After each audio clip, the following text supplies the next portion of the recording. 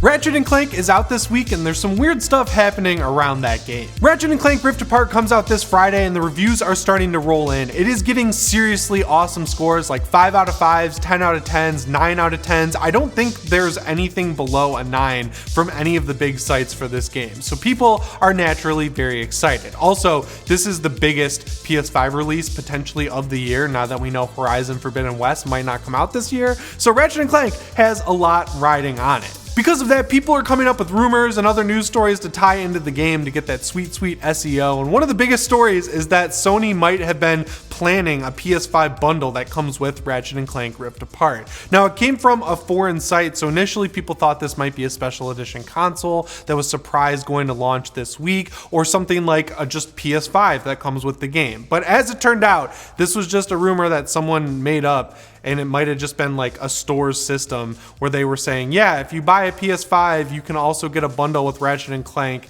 that costs the same price as buying a PS5 with Ratchet and Clank. So I was looking at the replies to this news story, and a lot of people were wondering why you can only seem to get PS5s and bundles right now. Like at GameStop, you can get bundles that come with like a headset, an extra controller, a game, and that's really the only option you have there. And I saw at Costco, you can get a Sony HD TV that comes with a PS5. And the real reason for that is because these stores want to make the most money possible off of you. So if you think about it, people who haven't spent a ton of money to buy a PS5 off a scalper and really want to get it at retail, they're going to buy it at whatever store they can. So what they might do is just buy a PS5 at GameStop and then go buy a game on the PlayStation Store or at Best Buy or at Costco or Walmart or something like that. So if you bundle a game with the console, that's guaranteeing that if someone gets lucky and manages to find the console at your store, they're also going to spend a little bit more money on a game. And specifically with GameStop, they're not making really any profit margin on selling you a PS5. So if they bundle in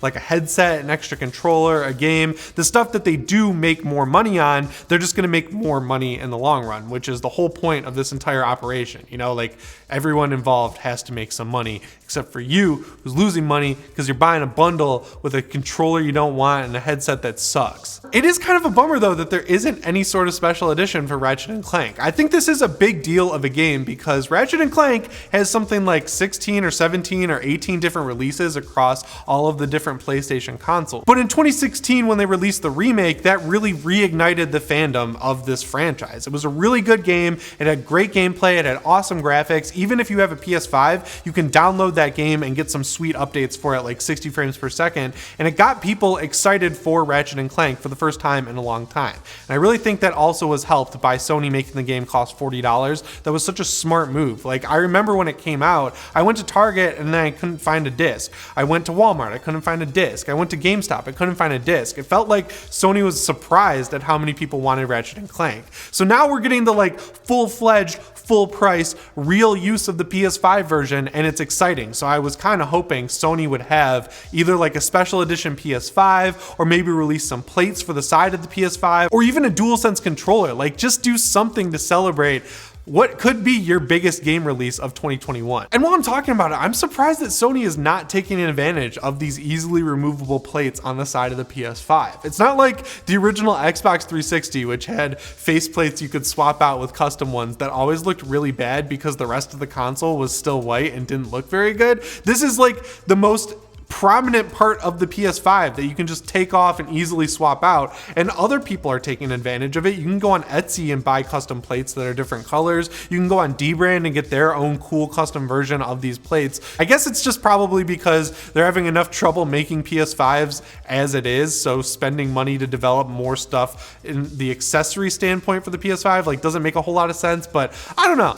I just really want some custom side plates for my PS5. This next news story is weird because it basically just confirms my theory that Sony cursed themselves by naming the DualSense instead of the DualShock 5, because there's just weird stuff happening with it. You've got stick drift, you've got weird updates coming through the PS5 that make it work with PS4 games better, and now there's this issue that's showing up where the battery is not accurately telling you how much life is left in it. So just like with the DualShock 4, one of the biggest issues with the DualSense is that it seems to not have a ton of battery life, and that really comes down to the fact that there's a big fat light bar on top of the thing, and also there's a touchpad, and now there's haptics and adaptive triggers. A lot of stuff is sucking battery out of this controller. controller. So I've noticed this when I'm playing, but I'm sure you have too. It tells you to plug in the controller because the battery is dying only after like 3 or 4 hours of use, which seems incredibly short. And that's because it's telling you to plug the controller in because of low battery at around 50% battery life, which is bizarre. So basically what that means is that after 4, 5, 6 hours when your controller says it's starting to die, if you plug it in, you're only going to be charging it from 50%. You actually have around 3 or 4 hours left in the controller's battery. I guess another option is that Sony totally could know about this and they're just trying to protect the battery life of the controller, because if you keep charging it up all the way and then draining it all the way, that's going to decrease the life of the controller's battery. So if you just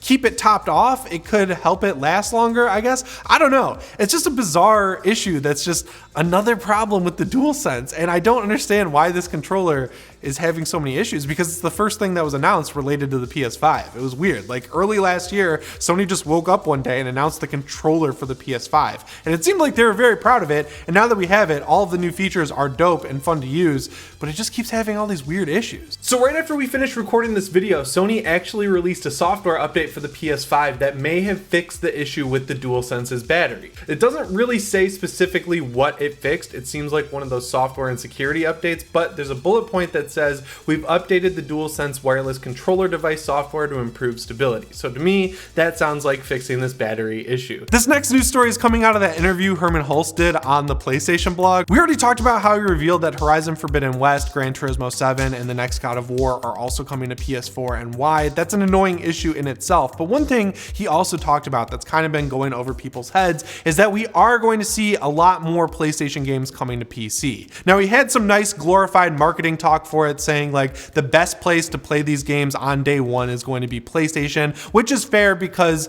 that's where these games are developed. But he said, yeah, we are going to continue releasing games on PC because when we released Horizon Zero Dawn on PC, we got a 250% ROI on that. So why wouldn't we keep porting our old games to PC? And there was also a leaked slideshow from within Sony that was like for investors or something like that, that revealed that the next game that's coming to PC is Uncharted 4: A Thief's End. Now, I don't know why Sony would start with the fourth game in a series, even though in my opinion, it is the best one out of all the Uncharted games. I feel like they would go to the Blue Point Remastered Collection and start there so that PC players could, experience the entire trilogy before experiencing the end of it. But it is cool to know that Sony is going to continue releasing PC games. I know the next one on the slate after Uncharted is probably going to be the Factions multiplayer game that's coming out of The Last of Us Part 2. Sony is obviously treating that as a standalone release and they want to have a big player base for it. So I'd imagine that's coming to PC, PS5, and PS4 because that would give you an insane player base right at launch, especially if you had crossplay between all three consoles. And where I would expect something like that to be announced is Jeff Keighley's Summer Game Fest showcase that's coming up very soon. I feel like Sony's not going to have a huge presence there because they've kind of released everything and all of their teams are busy. Like they announced all of their delays last week. So releasing the multiplayer mode that's been turned into a game from The Last of Us Part 2 at something like that just makes sense to me. And the last news story we have is another weird one because the PS3 just got what might be its final software update. So if you're one of the dozens of people who still plays your PS3, when you turned it on last week, you might have noticed that there's a new update for it that says it improves the stability of the console, and it doesn't really do anything noticeable. So I did some digging, and there's basically 3 options as to why they updated the console. The first one is that thing is approaching its end of life this summer. They're going to stop selling games on the store. We all know that. That's the easiest option and probably the most accurate. The second option might tie into that CMOS battery thing that was a huge controversy a few months ago, where if the CMOS battery dies in your PS3, then you're not going to be able to play any of your digital games because the authentication check that console has is somehow tied into a clock that has to sync with the internet and a battery, and it can't do that if the battery dies. It could be related to that, but I don't really think that's the case. So if you guys didn't know, the biggest feature in Little Big Planet is that you can make custom levels and share them online so that people can download and play them. And no matter what version of Little Big Planet you're playing, they have a library that's shared across every game. So Little Big Planet 2, Little Big Planet 3, Little Big Planet PSP, and Vita, you can download download levels from all of the different games, no matter which one of those you're playing on. But there was a huge DDoS attack on the Little Big Planet servers that took them down, and Sony just basically turned them off a little over a month ago and didn't say anything about it. Like, no one said on Sony's end that you couldn't download custom levels for Little Big Planet anymore. Now, since Little Big Planet 3 can be played on PS3, PS4, and PS5, and if you look at all three of those consoles, the one that's probably going to have a security vulnerability is the PS3. So if Sony actually is working to fix this issue, I could see this random software update that does nothing on the front end being related to that. So that's all the PlayStation news I have for you guys this week. It's another light week because E3 is about to start, so everyone's being quiet right now before they blow the doors open and reveal a ton of new games for us to be excited for. Let me know what you think of all these news stories down in the comments below, and if you want to stay PS ready, subscribe and set your notifications to all. As always guys, my name is Jimmy Champagne, and I'll see you in the next one. Thanks for watching.